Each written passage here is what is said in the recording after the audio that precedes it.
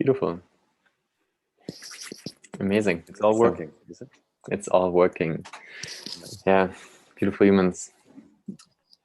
So Markus, really, really exciting to have you with us for our Embody podcast today, looking at embodying utopia. And it's been really beautiful. Like when I first met you in Istanbul and you were giving the talk at Mind Valley and speaking about, yeah, I've been all these things, but now I call myself a utopian. And then sharing about how, yeah, you go on this island in Canada for a month, just by yourself and sitting on that rock and drawing that wisdom. It just so moved me. And I remember then afterwards for lunch, you were walking past and I was like, hey, that it really moved me to tears. It would be amazing to eat together. And it's been really beautiful to see what friendship has grown since then. And so I'm, yeah, super excited to have you here and with Phil looking at what does it mean to embody utopia and exploring this, as we also within the joint idea context have looked at, okay, how can we create utopia? How can we use technology to facilitate these more human-centric ways of being and living, and how do we want to live going forward? I'm excited to unpack this over the next 45 minutes in more depth. So welcome. Thank you. It's really a pleasure to be here. And it's my favorite subject. So even more exciting, I suppose, to be talking about something like this with you, two of you as well. So thank you for having me on this first podcast. It's super exciting. And congratulations. Yeah, it's really fun. Next week we're going to speak, or in 2 weeks we're going to speak with Susan about the embodiment of flow. And so really going into this. Now, Nice.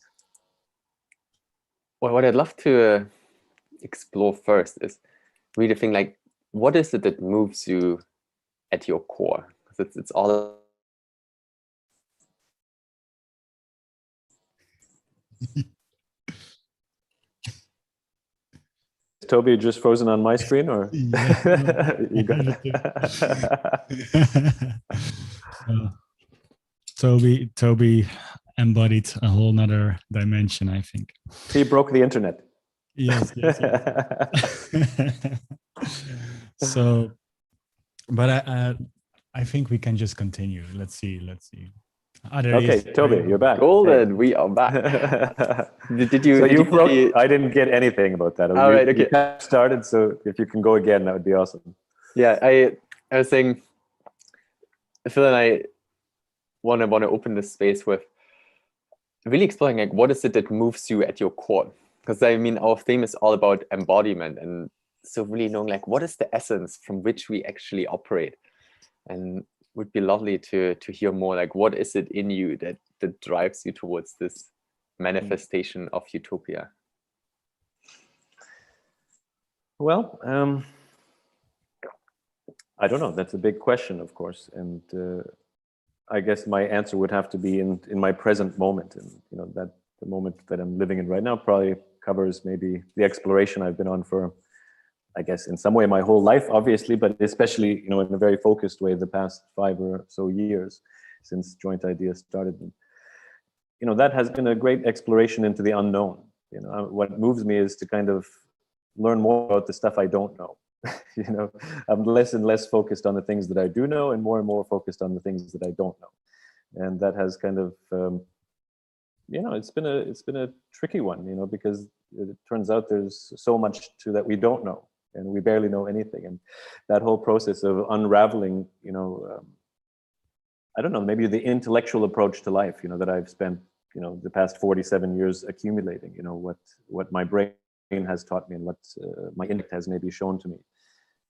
Really, especially here over the past, how many years is it now? 7 years, since, all kinds of stuff in Turkey has happened that kind of changed my life, from all kinds of random bombings and terrorist attacks and, businesses going up and down. And it's really I don't want to go into too much detail on that, but it's been a absolutely life-changing experience for me. And just to kind of see your reality and your external environment break down around you, and many of your assumptions about the world really truly go up in smoke, and to rebuild from there with new assumptions, has been, like I said, kind of an unpredictable road. And more, I trust in more in my heart, and I'm more interested in what my heart has to say, and what, I guess, in that sense, my embodiment of some kind of intuition has to say, versus simply my intellect. So what drives me is to kind of follow that, and every day it just kind of tells me to keep going and keep exploring and keep on trying to experience, I would say, and to become, the things that maybe I've been reading or kind of learning about. And I guess it's at the core of that is this kind of layering of knowledge, to know something. You mean to know something. So you can read about it, you can kind of think that you understand it, but ultimately the only way you can know something is to become it and to experience it. And my mom had this saying that she always used throughout my life, that every generation has to learn the stove is hot.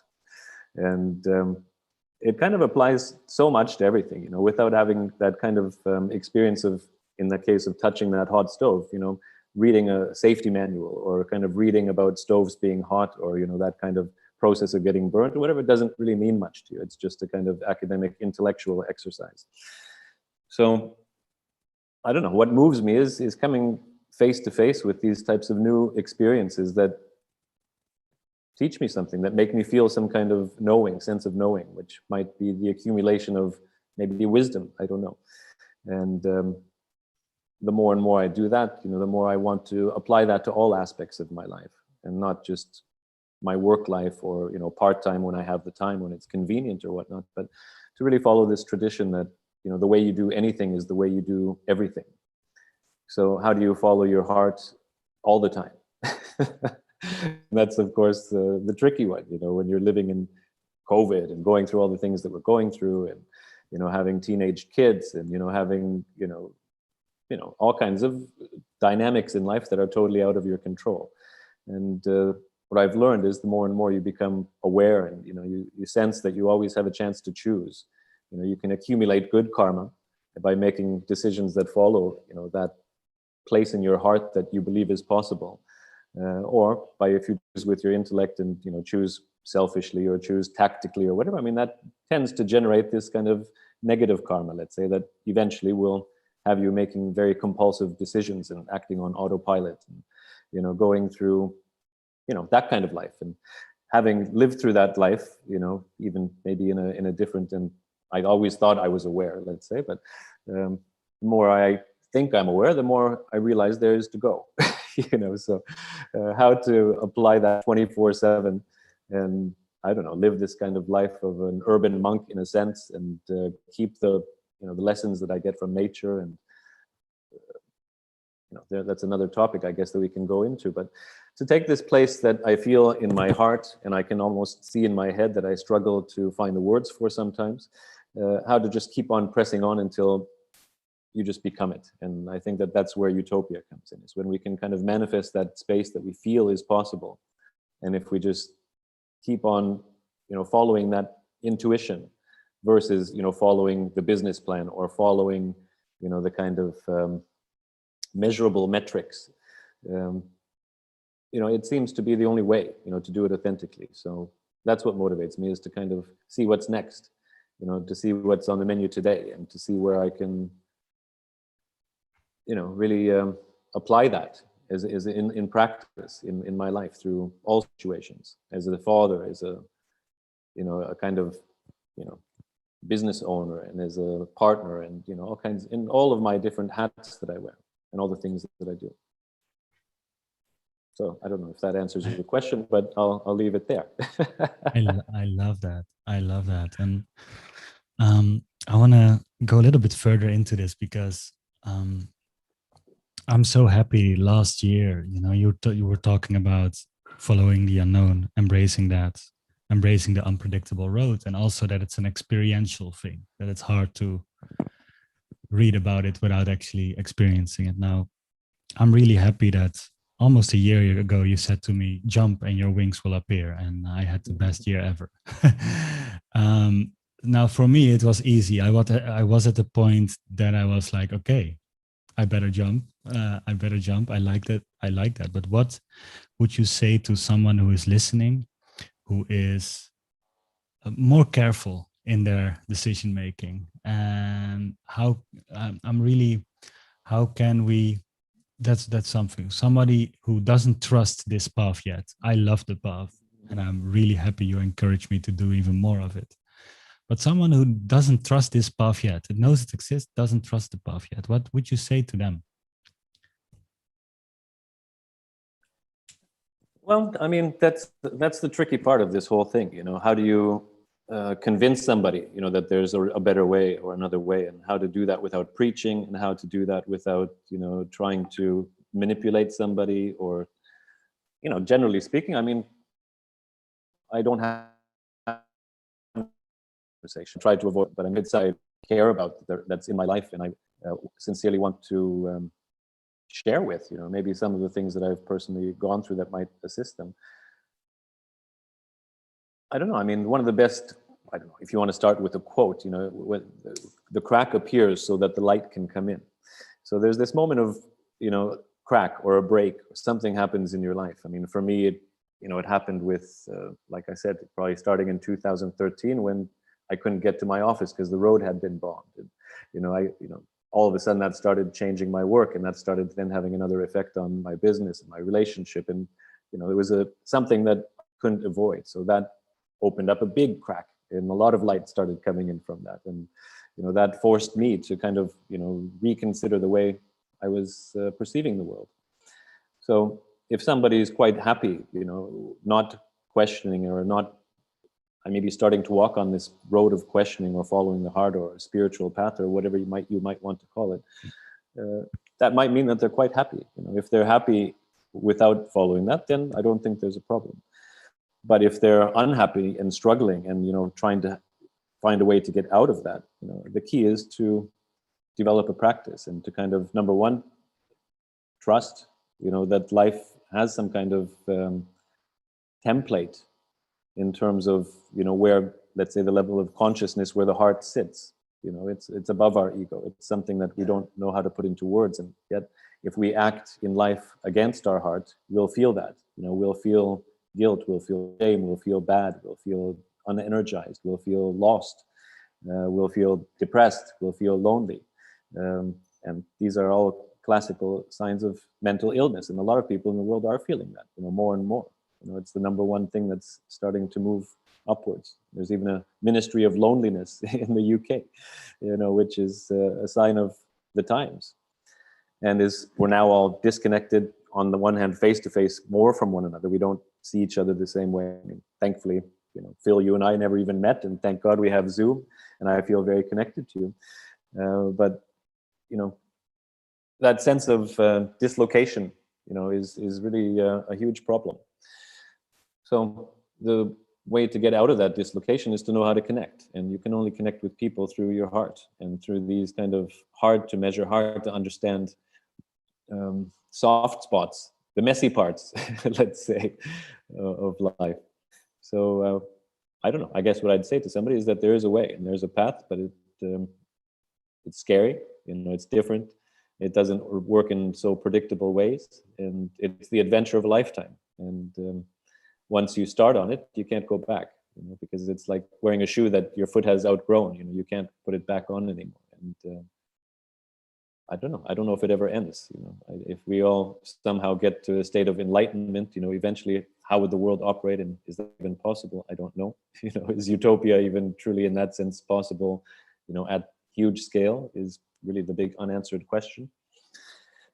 I think it should be, and I don't see any reason why not, if everybody were committed to discovering truly, what is this whole human thing? Why are we here? Who are we? How much are we capable of?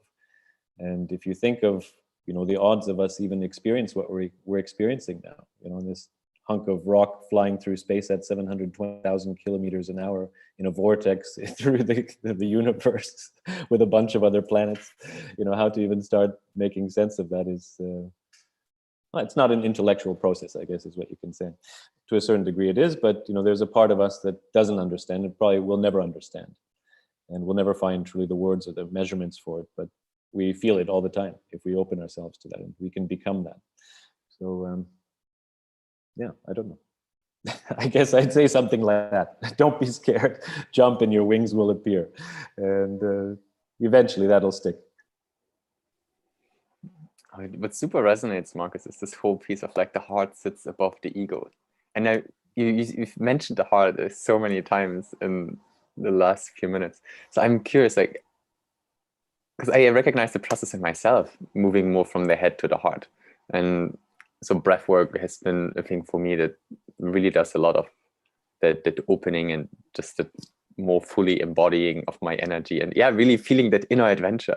And I'm curious, how are you connecting more with your heart? What are like practices or kind of like, when do you know that you're connected to your heart? Do you have like a specific body sensation where it's like, boom, yeah, I'm switched on now?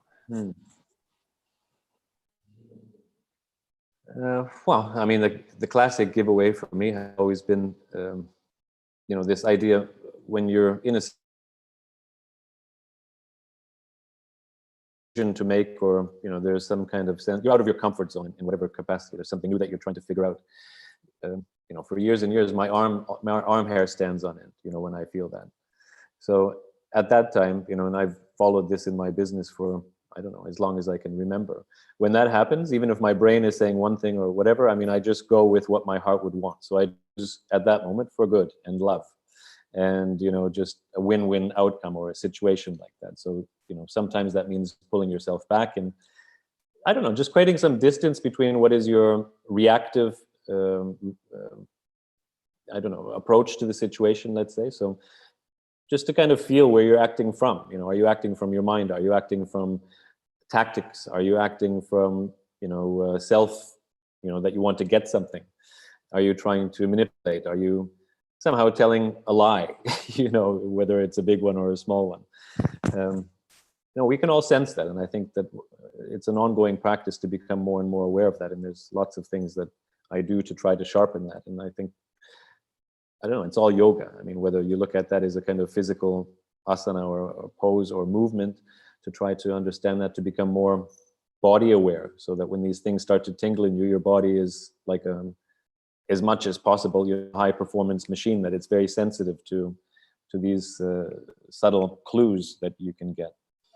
And also the mind, the yoga of the mind, of how our ideas move, and where they're coming from, and how to stop them, and really use the brain more as a tool, as a kind of thing that you can switch on and off. It's easier, of course, said than done, and it's not an easy thing to do. But especially at moments where you're unsure, just give a pause for a second and just sense where you want to move from.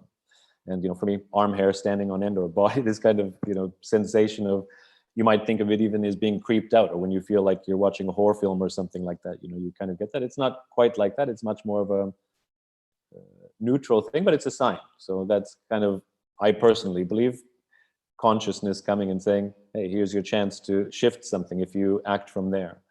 So I always really try to follow that. Yeah, and then when you start getting, in this flight or fight mode, you get a kind of cortisol rush of something, of some kind. Somebody pisses you off, or something happens that goes against your plan, or whatever. At that moment, you also have the chance to apply that, and just to kind of, don't force, don't project yourself. Maybe as much. That's a good way to put it. Don't cling to the situation as well. Just let it flow. You'll quite soon see that there's another way to approach it. And to do that through tenderness and kindness and love and patience, and give space to it. And I don't know, let it be free. Don't try to own it, and just let it be where it is. People will generally also then respond back in kind, or the situation itself will respond back in that way more often than not. That's at least my own personal experience of that. So I don't know. That's a kind of intuitive way of living, I guess you could say. And that's, I think, one of the tools if you look at it that way, that I try to sharpen all the time. It's just to be more present in, I don't know, the situations that you're in, and what kind of energies you're projecting out, because you're You can't hide them. You know, even if you feel them yourself and you're saying something else, but you're feeling something else on the inside. Everybody in the humans are very, even animals are very sensitive to that, you know. If you look at somebody who's scared of bees, you know, I see it here, especially because there's a lot of bees around here. You know, somebody who's, you know, fearful and, you know, they're panicking and, you know, everybody else at the table is fine. All the bees will come to that person. So, you know, it's this kind of something that, you know, other animals that are looking at, you know, the world through kind of a thermal camera or, you know, through a different lens than we do. They sense these subtle behaviors that we generally don't, because we're just listening to words. You know, we're listening to people say, but that's not the full story. So if you're sensitive about that in yourself, what are you communicating beyond your words? You know, what's the energy that you're giving? I think that that's a huge superpower, you know, if you use that well. Rumi said that what you seek seeks you. So if you kind of use that idea of harmonic resonance and of the kind of frequencies coming together to align to create a beautiful harmony, you know, that I think is a beautiful way to live. Wow. There are so many nuggets of truth in that answer. I love that. I love that. I have an interesting question for you, Markus. If we just, as a thought experiment, go to a near future where we have like a lens or some glasses with some metrics in our corner, and we can measure everything we want. We can measure our connection with the universe, our flow state, our whatever is already measurable and whatever is not measurable yet. What would you love to see? Which metric of yourself would you love to have in your right corner, just to once in a while check, like, hey, how is my ... doing? Well, I've been a huge fan of David Hawkins' map of consciousness for many, many years, and I think that is a kind of blueprint for matching emotions to states of consciousness to outcomes and, you know, general feelings and sensations. You know, I like that, you know, as a kind of dashboard, you know, to understand where I am there. And if I can state that my target is to live in unconditional love, you know, how are my behaviors and, you know, the words that are coming out of my mouth and, I don't know, the emails that I'm writing or whatever I'm doing, you know, how do those measure up? You know, where am I sitting? You know, am I where I think I am? You know, are my actions and thoughts and words aligned? So I would like an alignment mechanism that kind of just gives me a quick indicator. You know, in a car, you know how fast you're going. You know, if you're trying to live a conscious life, how conscious are you actually being? And how, you know, where are you? And yeah, I'd like that is the first one. Me too. That would be amazing. And I don't think we're too far off that. I mean, that's something, as you know, we've been talking about for a really long time. So maybe it's something we can achieve. Yeah, and I have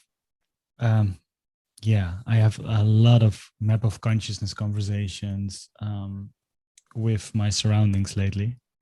And we also started to muscle test our own things, you know, over the last days, like, where are we? And, you know, and, where are we when we do this thing? Where are we when we do that thing? And it's an amazing tool. And in a way, our subconscious already knows. So our subconscious can measure it. I think we're not far off, like you said, with actually measuring that map of consciousness. I really love that. Well, the thing with all these technologies, just to add one, you know, controversial little subject in here to make it spicy and interesting. You know, there's this idea that not everything that has value can be measured, and not everything that can be measured has value. And when it comes down to making these types of technologies, or, you know, apps or whatever they might be, you know, to help us, how much do we need to reflect on the fact that, you know, we as human beings are already the highest technology that exists? And, you know, our arm hair standing, and it's our intuition, and it's our smiling face, and it's our kind of heart when it feels full, that pretty well is the best experience that we can have as a human being, and it's already built into our technology. and we don't even fully understand it. So when we make a kind of watered down version of that, and then it's kind of speaking back to us, and maybe say, hey, we've really done something, we've simply shown something about ourselves that already exists, so it's a kind of watered down version of the real thing. So I don't know, I more look at these as kind of tools, that are on our human path, that can be, more and more sophisticated, but they can't substitute or kind of take over the experiential aspect of the whole thing. And just to ever think that I have this little dashboard and it's telling me where I am, and that's the only thing that I'm looking at, probably won't be right. So I think that both of these things have to walk hand in hand with the real work and the real appreciation of being human. Really beautiful. I totally resonate with that. How I begin to look at these sort of technologies is more sort of enabling technologies. So there's this thing that I'm wearing right now, which tracks how well my potential is to basically get into a flow state. Or then I've been tracking my heart rate variability. And it's interesting because what I noticed is it draws a certain level of consciousness just to that more embodied way of being. But yeah, it's really solid what you're sharing, that ultimately, if we're really aware of who we are, then we actually don't need the tech. But if the awareness is missing, then at least for me, what's been quite useful is that the tech is that sort of gateway drug to more like embodied knowing in a way, and then at some point, basically technology becomes superfluous because I have built the deeper level of sensing and awareness of my arm hair, for example, or feeling a level of fullness in my heart. Because it is exactly this thing where what I notice is it brings it basically into a sort of the analytical part of the mind, rather than me being more aware of, let's say, the feeling part of my mind. And so in a way, I feel it creates that coherence, that communication between both parts of my being, and more deeply integrating who I am on various levels. I guess it really depends on ultimately how it will be used, because I think it can lead to this kind of compulsive behavior.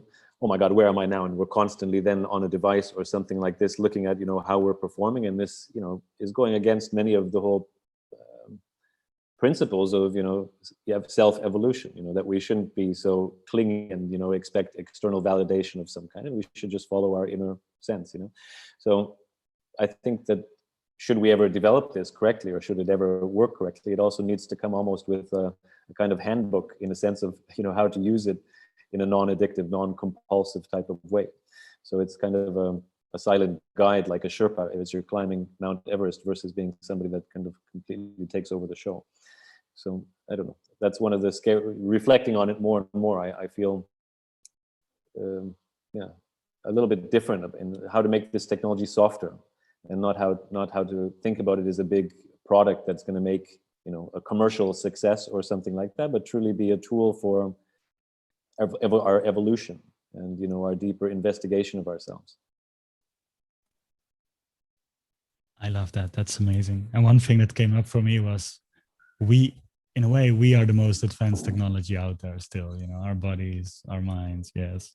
Definitely. So before we move to our next question, I want to, please share with us where can you be found? Where can people connect with you, your world, and things like that? Okay. Well, on the usual platforms, I guess. I mean, these days I'm trying not to use social media so much, but please do reach out. I will make a special effort to do that. So on LinkedIn, if you type in Markus with a K, Lehto, you'll probably find me there if you remember what I look like, since my avatar is there. Facebook the same, Instagram. From our website at lifeworkslabs.com, you can find out some interesting stuff there. And very shortly, of course, we hope to be launching the Joint Idea renewed next generation website as well. So please stay tuned for that one. And you can find me on Spotify too. I've actually been making some music by myself, during COVID and in the whole lockdown period for the past year and a half.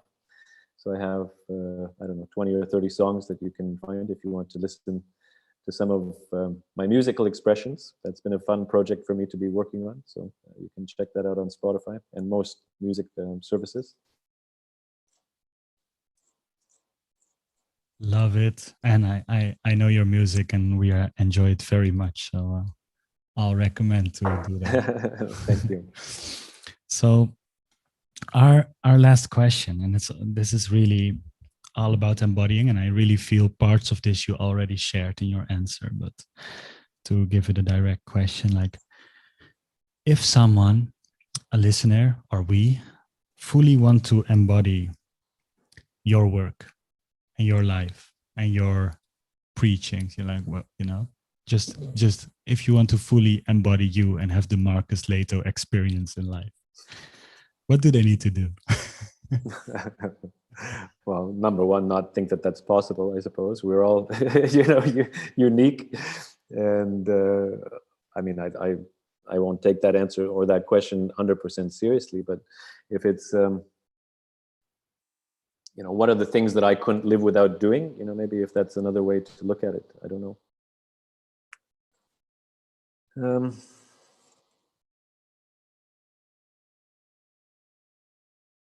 I don't know. That's a big one. I mean, I'm probably not a good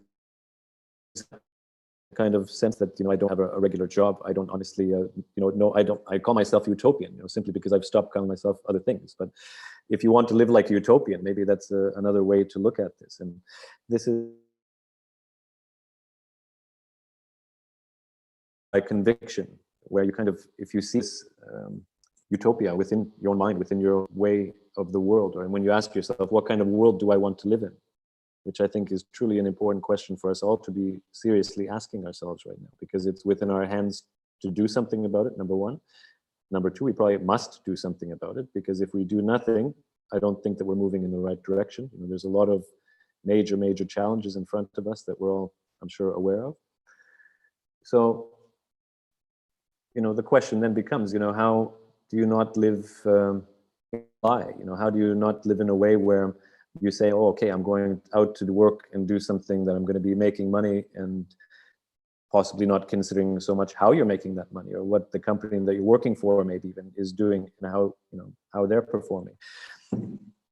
You have to kind of live an integrated life, where, like I said, the way you do anything is the way you do everything, and kind of reverse the order of the way most people look at life. I mean, myself possibly included. I had this great dream to retire by the time I was 35 years old, and I would make all this money, and then I could have a life on easy street, and I was focused on doing all that first, and then once I achieved some kind of arbitrary milestone, then I would be ready to start the journey. But it doesn't work like that. You have to live a life that is devoted to it, and you have to be have to live with integrity towards it, and live with the conviction that requires. So it's not an easy thing to say you're in a utopian. If people catch that you're doing stuff that is not utopic, it's a very easy thing to be knocked down from. And I don't know, I guess that the answer is that, to live with conviction in all aspects of your life, and make all your easy and hard decisions from that place. And that doesn't mean you have to live a restricted life at all. I mean, it's not that, but it means you have to take care of your body, and you have to have a body that is, perceptive, because we perceive things from our body, through our sense of touch, and, through what we smell and taste and hear, and to cultivate all of our senses in a way that, our body becomes, like I said, a kind of high performance receptor to all that's going on around it, and what you're bringing into it as well. So to live in that state where you're constantly introducing this idea of like a positive karma, everything that you're doing, thinking, eating, consuming, giving out to the world is positive karma generating as possible, both for yourself and for the others that you integrate into your life experience, the other people that you're doing life with. So I look at myself not as only myself either. I try to be myself by being that kind of person, and associating and choosing how to spend my 24 hours, and being very selective about the people that I spend that time with, and realizing that I both make up their life and they make up my life. And if we all are on that path together, through this kind of collective path to utopia. And sharing this collective karma is also a result of that. I guess the second part of the question is there's only so much you can do yourself. You also have to be sensitive about those around you. So you have to choose, your community. And if you don't already have one, you have to make it. And that's hard, but it's the only way. You can't pick your family, but you can pick your friends and those that you might call family and your life family. Your kind of roadies that you have with you on your journey. So that, I think, is absolutely critical, because they're the people that can help you stay at that kind of level, and you share and you grow together. And that's how nature works. There's no singular tree that grows in the desert. So we have to do it together.